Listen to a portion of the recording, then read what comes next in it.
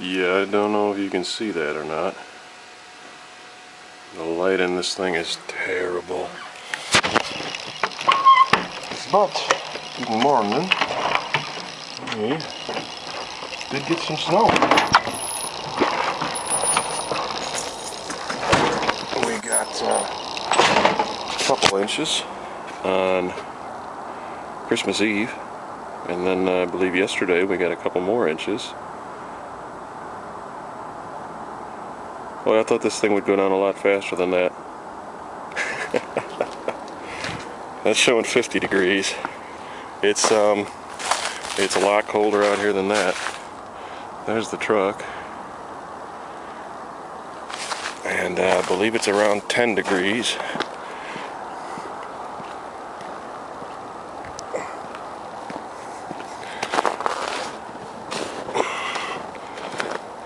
So she's cold. Oh, look at that frost. Yeah. That's a cold truck. What are we looking at? It's dropped down to 30. This is supposed to be a fast-acting thermometer. It's not quite as fast as I expected, I suppose. Thought it would be cool to show it on a video and watch the bar just drop like a rock. Oh, my doors are frozen. There we go. I came out one year, was on my way to work. Crap, I forgot the tripod for the camera. Oh well, we'll just set you there and I'll talk for a sec. Came out one year to go to work, and I had just gotten out of the shower. So of course, you know, my hair's wet, etc., etc. Well, my hands were also wet because I was running late for work and just ran out the door basically.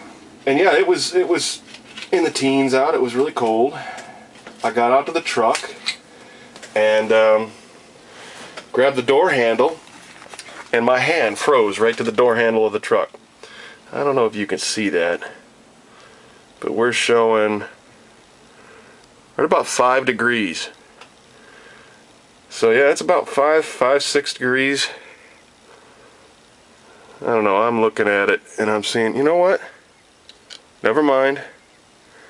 It's not 5 degrees. Oh, nuts. This is a cheap little thermometer. Nuts. It has actually come undone from the backing so as to slide down and give a false temperature reading. I don't know. It's completely untrustworthy at this point. My digital thermometer in the house was showing 10 degrees. I don't know what the news, I haven't turned the TV on, so I don't know what the news says. But, gosh, without that tripod, there is just no place to set this camera so it's not falling over. It's, alright, junk. I don't know what you're going to be looking at, but here, maybe we can lean you. No, you're just looking at the roof.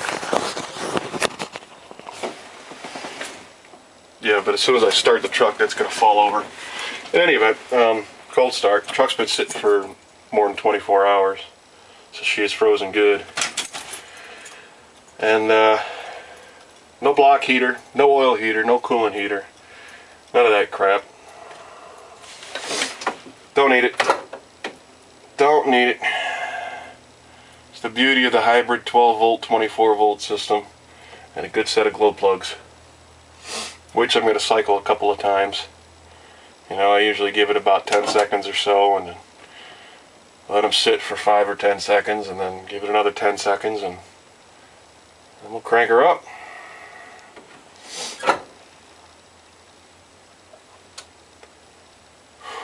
Gosh, it's cold. I can feel my hair freezing. I did get out of the shower again this morning and my hair's still wet.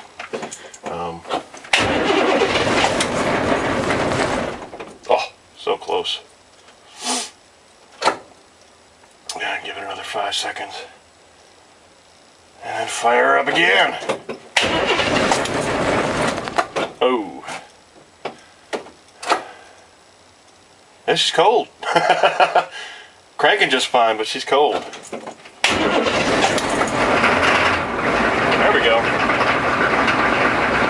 Now we gotta wake all the neighbors up.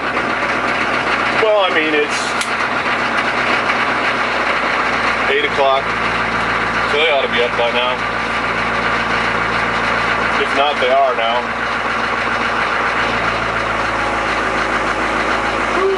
Yeah, this is going to take a while to warm up. My pickup is an F-150. It's a 300 inline six, which I love. I love the engine. It's a 5-speed manual trans. It's one of the Mazda variants. They had a smaller one, I guess, that went into the S10s. Yeah, listen to me.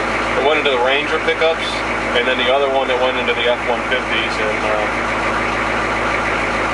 you know, it's still a Mazda design trans or what have you. But I haven't had any problems with it, except that the pilot bearing is shot. Clutch is still fine, but it's all got to come out because that pilot bearing is shot. It's got 170,000, I think. 160 or 170,000 miles. And I bought the truck at, I want to say 80,000. And I've never had to deal with the clutch at all. So, you know, I don't know, if I got almost 100,000 miles out of it without touching the clutch, I had no problems with it. I don't know how long it was in there before I got the truck. The guy I bought it from, it was pretty much all factory. He had purchased it as a farm truck. Got the heavy-duty tow package and all that. It's an Eddie Bauer edition. 373 gearing. I think it was 373. Something like that. It's a really nice gearing setup. You know, not a low-range, mudding sort of setup, but it's a two-wheel drive truck. It's a great towing setup, and it's great, you know, daily driver setup. Like I say, I love the engine. The engine's great, but it's rusting to hell. It's just falling apart. It's all made out of cheap stamped metal, and it's falling apart. I don't think it was ever undercoated. I don't know, but it sure doesn't look like it. And it just, you know, deep structural rust. Just dropping everything. I've had to replace the leaf spring shackles, the leaf spring mounts, the frame mounts, the radius arms and brackets. It's just, you know, serious structural rust that's just it's just falling apart. It's a piece of junk. As far as the body, the frame, the suspension, it's a piece of junk. It does have a nice axle. The rear axle is still in great shape. I'm not a Ford guy, so to speak, you know, I'm more of a Chevy guy. So I can't tell you exactly which type of Ford axle's on there, but I checked it out and I looked up the numbers and it was, quote, the good one, you know. So,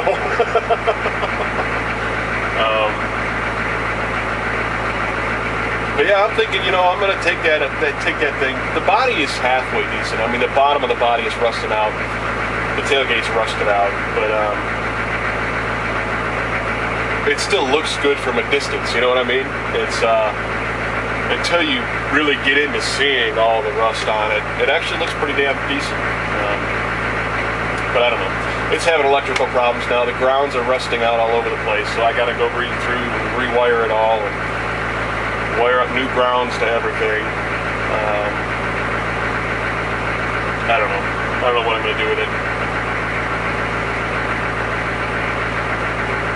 I don't know. I'm tempted to just rip it apart and do a rebuild on the engine and trans and, I don't know, build a rat rod out of it or something.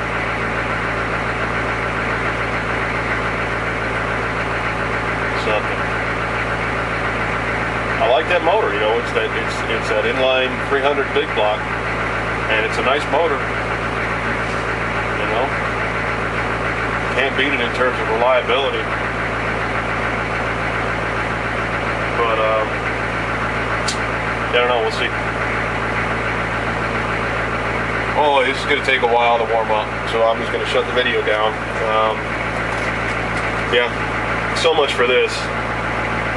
I mean, as best I can tell, that's right where the glue is, so that should be where it, nope, it just dropped on me, right there. But see, that just doesn't make any sense. The glass piece was originally glued to the paper, to the plastic backing here, and that's what lines up your digits. The glue's gone and it's sliding around now, so there's no way to tell. You know, I put it back to where I think it originally was, and this thing sure well I've been touching it. Yeah. Oh yeah, look at that. 50, 60, 65. 70. It goes up fast. Almost 75 degrees just from having my thumb on the bulb down there. But anyway, it's no longer accurate. Like I said, it came apart from the backing, so the numbers no longer line up.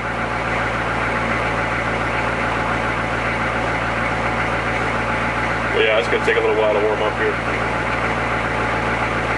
Oh, yeah, I always got to cut the camera off. See out the windshield? Yeah, neither can I. See out the side windows? Yeah, no, me neither. Oh, this is where I generally mount the camera.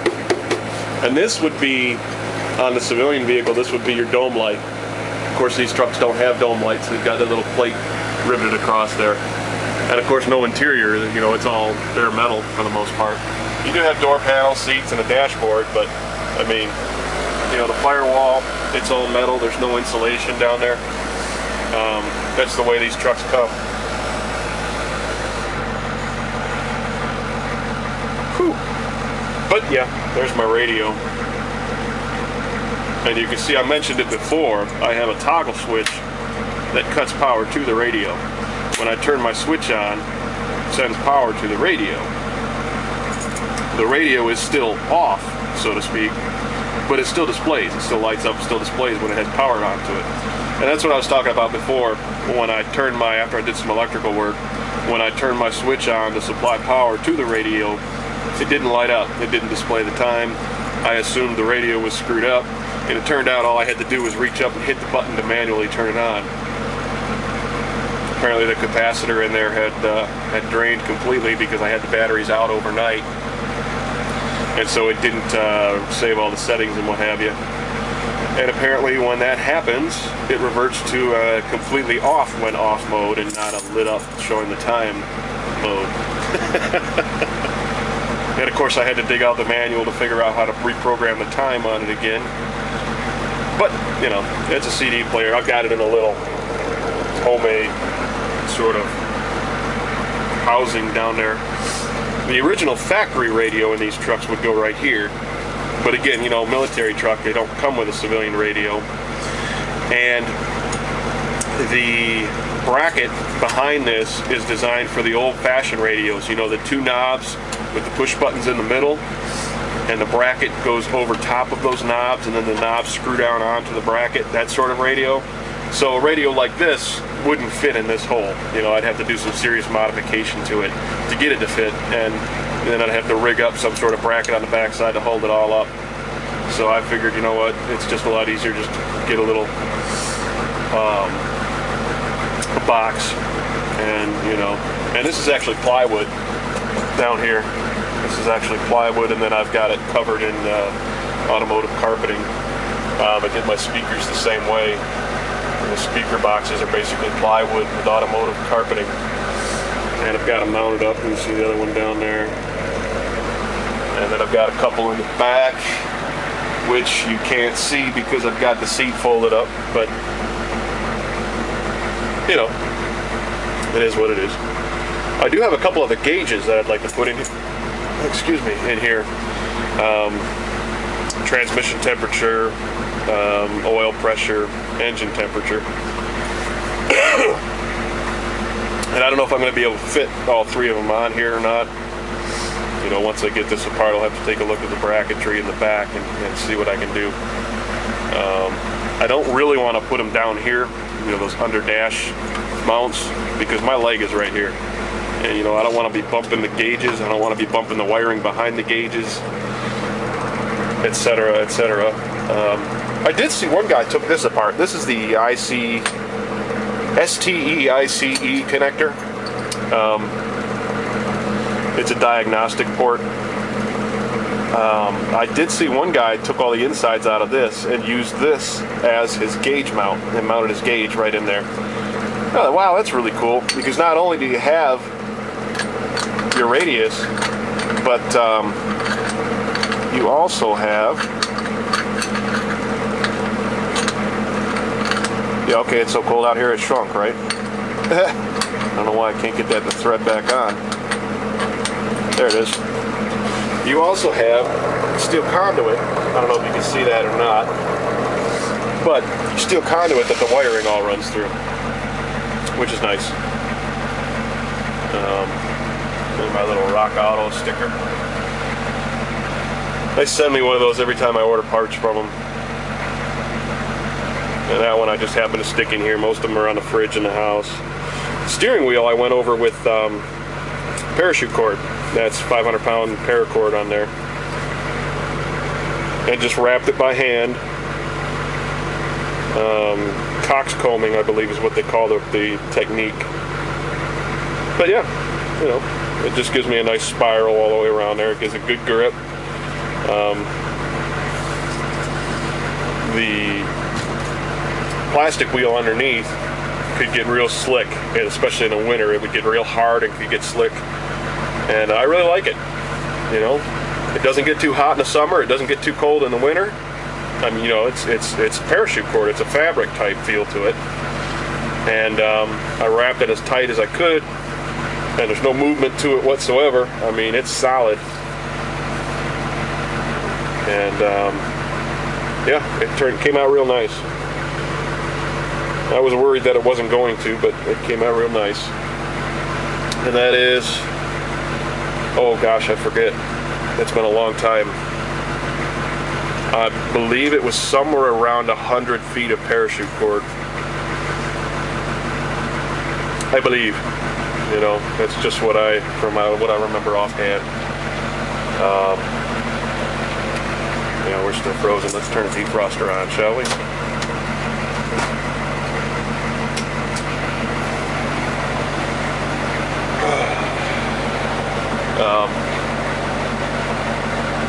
But yeah, what was I talking about? The steering wheel? This, that, and the other thing. I need to get some new seals. I don't know if you can see them in the lighting in here, but my door seals, they're old, they're shrunk, they don't fit, they don't work. They're actually, as far as the seals themselves, nice and pliable and in good shape. I think, I don't know, I might be able to move them around a bit and glue them in and maybe get them to work, because they actually feel like they're decent. It's going to be hard to see, but I mean, they're nice and pliable. There's no cracks, there's no stiffness, and this part is I don't know why that didn't hold on to there. Like I said, the whole seal shrunk and pulled up. That side as well, but not quite as bad.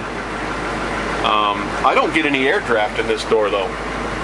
That door over there apparently gets a draft coming in from outside because that seal isn't sealed. But I don't get any draft on my side, and my seal looks to be in worse shape as far as fitment. But yeah, we'll see. See, right here is normally a metal backing plate, and it's for the remote radio mount, etc., for the military radio setup. And I cannot find that stinking plate anywhere. You know? I want to get that plate back up there and be able to use that as a mount for, you know, say I'll redo the radio or some such, and put a remote faceplate style setup up there. But somewhere down the road. Anyway, I'm going to cut this. Truck's starting to get a little warmed up. See ya.